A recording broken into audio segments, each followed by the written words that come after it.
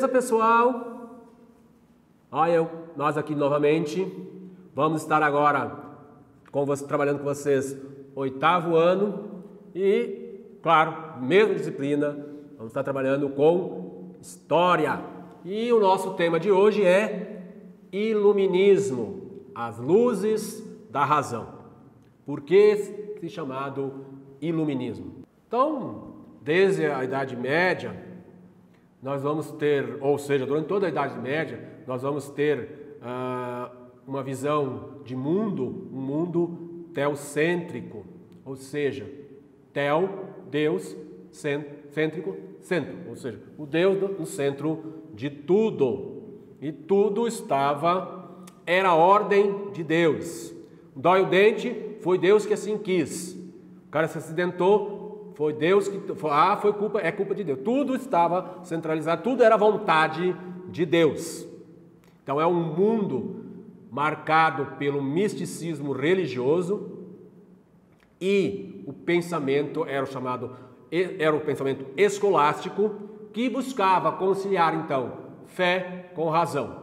Se a razão não conciliasse com a fé, não era um conhecimento válido. E se você prosseguisse nisso, você poderia parar na fogueira. Lá pelo século XVII, em meio a toda essa insatisfação, principalmente devido ao absolutismo, começam a surgir umas novas ideias. As pessoas começam então a ter ideias diferentes, começam a questionar essa visão teocêntrica de mundo, começam a questionar toda essa questão e tentam explicar o mundo agora a partir não da fé, mas da razão. Então, nesse momento, o mundo físico e seus fenômenos deixam de ser explicados, justificados pela religião, ou seja, não é mais vontade de Deus. Eu pisei no prego. Foi Deus que assim quis. Você fez alguma coisa, se aprontou alguma aí, Deus não gostou e te castigou. Nesse momento, então, as pessoas começam, os chamados iluministas, começam então a explicar o mundo através da racionalidade, ou seja, usando a razão, buscando então eliminar aquilo que eles chamavam de ignorância dos seres humanos. Então, eles buscam principalmente ir contra o chamado direito divino dos reis. Nesse direito divino dos reis, era o que dava então o poder aos reis. Segundo ela, o monarca estava ali para reinar, não como vontade humana, mas sim como vontade de Deus. Ele já não é mais como os antigos, um Deus, um filho de Deus. Então, na antiguidade, os reis reinavam, pois eles eram seres divinos. Agora já não mais. Esse direito divino dos reis, ele está baseado na ideia de que Deus te pôs ali. Você podia ter nascido um plebeu, você podia ter nascido um comerciante, podia ter nascido um mendigo, mas não. Você está ali porque Deus escolheu, Deus assim quis que você fosse rei. E qualquer um, então, deveria se submeter a essa autoridade, pois não era uma autoridade humana, era uma autoridade divina. Nós vamos ter lá pelo século XVIII, o chamado mercantilismo, que é essas práticas econômicas que caracterizou todo esse período. Essa crença de que a riqueza residia na acumulação de metais. Não é a crença que está muito fora, não, mas ela tem seus percalços. E claro, dentro desse mercantilismo, essas ideias mercantilistas, as potências procuravam ter uma balança comercial favorável, ou seja, vender mais do que comprar para sempre ter dinheiro para si. E dentro disso aí, vamos então definir esse chamado iluminismo, que é um movimento cultural do século XVIII na Europa, que que procurou mobilizar o poder da razão a fim de reformar a sociedade e o conhecimento, ou seja, negam completamente essa ideia visionária de que Deus manda em tudo, que Deus tem poder sobre tudo, que tudo emana de Deus, e buscam a razão para conseguir compreender, entender os fenômenos que nos cercam. Segundo eles, acreditavam que realmente os seres humanos têm então a condição de tornar o mundo melhor.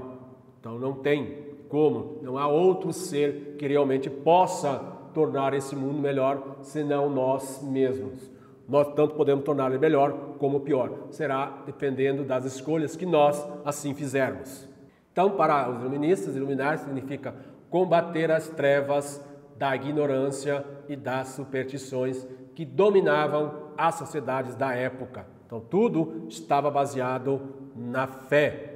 Tudo aquilo que acontecia estava baseado em cima do que Deus queria. Ou era uma proteção divina, ou era um castigo divino. Então, segundo os iluministas, razão, verdade e liberdade e progresso. Então, a razão levaria à verdade, levaria à liberdade e levaria, portanto, ao progresso. As pessoas eram livres, autônomas e tinham capacidade de pensar. Todas, não apenas alguns escolhidos. A ignorância é a aceitação dos dogmas religiosos e a submissão aos governos absolutistas. Então, nesse momento, o rei manda em tudo e a sua ordem é inquestionável. Luís XVI, ele dizia: eu sou a lei. Ou é Luís XIII? Agora me esqueci aí, me enganei aí com os Luís, mas é um desses Luís aí. É de Luís XIII a Luís XVI. Mas não importa. Quem quiser compreender realmente, ao descobrir quem realmente é o Luís que falou essa frase, busque aí na internet. Eu sou a lei. A sociedade devia ser então guiada pela razão, pela ciência e não mais pela fé, não mais pela religião. Então, e nós chegaremos de que forma? Através da chamada introspecção. O que é a introspecção?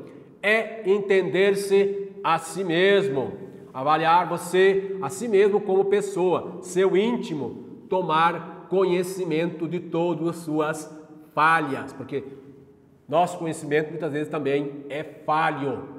Então nós temos que buscar, temos que questionar até mesmo a nós mesmos.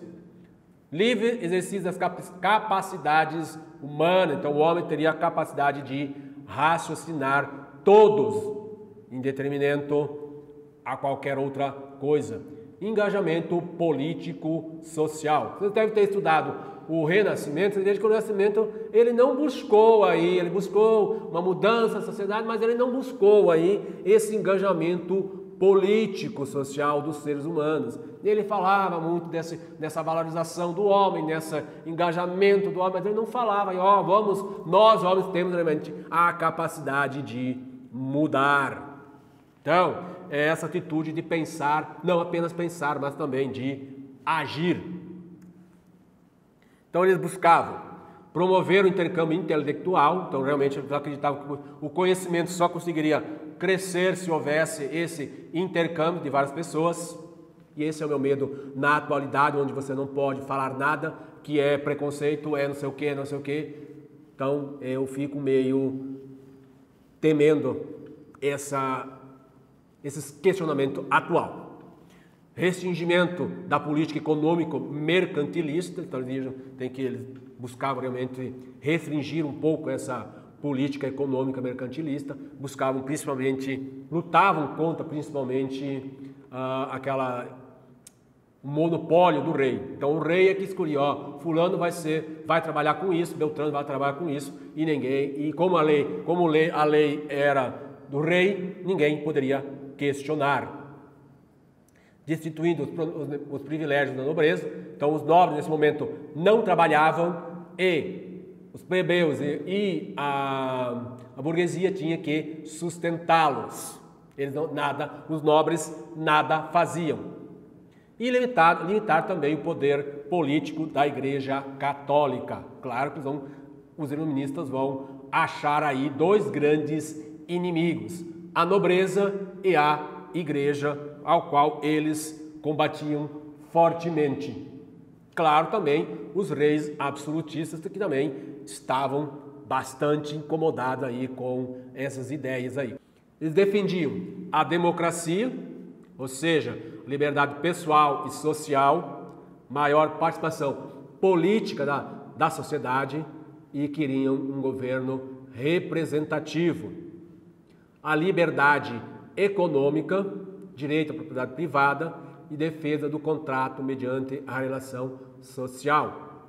Liberdade de culto, tolerância religiosa e filosófica. Podemos esquecer que nesse momento nós já temos aí o que? A reforma protestante. Então, muito desses iluministas são protestantes e que buscam realmente uma liberdade religiosa.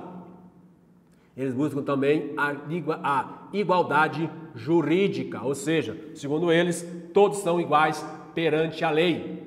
Não importa se você é um nobre, se você é um rei, todos estão abaixo da lei. Ninguém está acima dela, que infelizmente no Brasil ainda nós não chegamos. São filósofos iluministas: René Descartes, John Locke, Voltaire, Montesquieu, Jean-Jacques Rousseau, Denis Diderot. Claro que tem outros, mas esses são os mais importantes, os que mais se destacaram. Nós vamos ter filósofos iluministas até mesmo aqui no Brasil. O Brasil já existia nesse momento. Então, claro que essas ideias acabaram chegando aqui no Brasil. E nós temos também alguns iluministas. Infelizmente, eu acabei esquecendo, me perdoem, eu esqueci de achar os filósofos brasileiros, iluministas. Eu falhei. Tá vendo que o ser humano falha também? Então vamos lá. René Descartes, francês. Ele era um matemático. Vocês que vão estudar matemática, em algum momento vocês vão estudar as leis de Descartes. É esse cabo aí. Então vocês querem ficar bravos, não é comigo, é com ele. Então ele é uma figura-chave dentro dessa revolução científica. Ele foi um dos primeiros. Ele, como dá o chute inicial a todo esse movimento aí do iluminismo. John Locke é inglês. Ele busca o liberalismo político. Segundo ele, nós temos os direitos naturais e inalienáveis. Ô, palavrinha difícil. Do homem, ou seja, liberdade, vida e propriedade. E segundo ele, o governo existia para preservar esses direitos. Ele defendia a monarquia, só que uma monarquia constitucional. Hoje é a monarquia que existe hoje na Inglaterra, onde o rei manda, mas quem governa é o parlamento e o primeiro-ministro. Então, segundo ele, conhecimento, experiência e razão. Adam Smith, também inglês, pai do liberalismo econômico. É ele que vai, então, contra o monopólio do Estado. Ele fala sobre a livre concorrência. É ele que estabelece, por exemplo, a chamada lei da oferta e da procura, bem como a divisão do trabalho. Segundo ele, riqueza é trabalho. Montesquieu, é ele que faz, então, que primeiramente vem com essa ideia da divisão dos poderes em executivo, legislativo e judiciário. Segundo ele, deve ter uma harmonia nos poderes, sem nenhum estar submetido ao outro. Voltaire, ele critica o clero, ou seja, ele critica a igreja e principalmente a intolerância desta. Ele busca, então, a igualdade jurídica, como já vimos aí, ninguém está acima da lei, todos devem obedecer à lei. Ele ele também defende a liberdade de expressão. Segundo ele, ele dizia que posso não concordar em nada do que você diz, mas defenderei até a morte o direito de você dizer. É isso que eu fico meio preocupado nos dias atuais, quando, buscando salvaguardar algumas pessoas, ideias acabam sendo prisioneiras, ou acabam não podendo serem expressas. Ele busca também a monarquia ilustrada, ou seja, ele é também ele não é contra a monarquia, mas ele busca uma monarquia parlamentar também. Jean-Jacques Rousseau é um dos mais importantes e dos mais influentes. Ele fala da soberania popular, o poder do povo, ou seja, é um dos primeiros que depois lá do século da Grécia que fala em democracia, ou seja, o poder do povo. E claro, ele também elabora a teoria do chamado bom selvagem. Diderot e d'Alembert são chamados enciclopedistas, são eles que fazem, então, organizam a primeira grande obra da enciclopédia no mundo. E, é claro, vão ser condenados tanto pela Igreja como também pelos reis absolutistas. E claro que a primeira enciclopédia vai ter que circular de forma clandestina, porque os iluministas vão acabar sendo perseguidos. Aí nascem várias ordens, por exemplo, a ordem dos Illuminatis. Nada a ver, por favor, não confundam com essa ideia maluca que o povo tem hoje aí, que os Illuminatis querem dominar o mundo. Não, é um grupo que se organizava para poder debater as suas ideias, porque segundo os iluministas, as ideias só vão crescer quando há esse choque, essa troca de ideia entre as pessoas. Porque se eu ficar com a minha única ideia, essa ideia não vai crescer. Ela vai ficar aqui, igual uma planta que cresce sobre uma pedra. Ela não vai crescer. Ela só vai crescer quando eu tiver uma outra ideia para mim comparar com a minha e ver se ela está correta ou não. E aí, então, a enciclopédia, os primeiros livros escritos que vêm questionar toda essa ideia de poder centralizado, seja da Igreja, seja dos reis absolutistas. Então, o iluminismo é essa ideia dessa transformação cultural que inicia, sim, lá no Renascimento, lá pelo século XV, porém, ele avança muito mais do que o iluminismo, do que o Renascimento. Então o Renascimento fica muito restringido às artes. Ele fica naquele círculo vicioso de que a arte, ele avança, ele melhora, mas ele fica preso ali. E é claro, o seu apogeu atinge lá pelo século XVIII, quando nós vamos ter também o chamado século das luzes, ou seja, o iluminismo realmente vem iluminar, tirar o homem das trevas. Nós vamos ter dentro dessas questões aí a Revolução Francesa, com seu tema liberdade, igualdade e fraternidade, bem como também outra grande influência é a independência dos Estados Unidos, bem como também a Inconfidência Mineira aqui no Brasil. Então, pessoal, muito obrigado a vocês e até a próxima aula. Obrigado àqueles que assistiram até o final.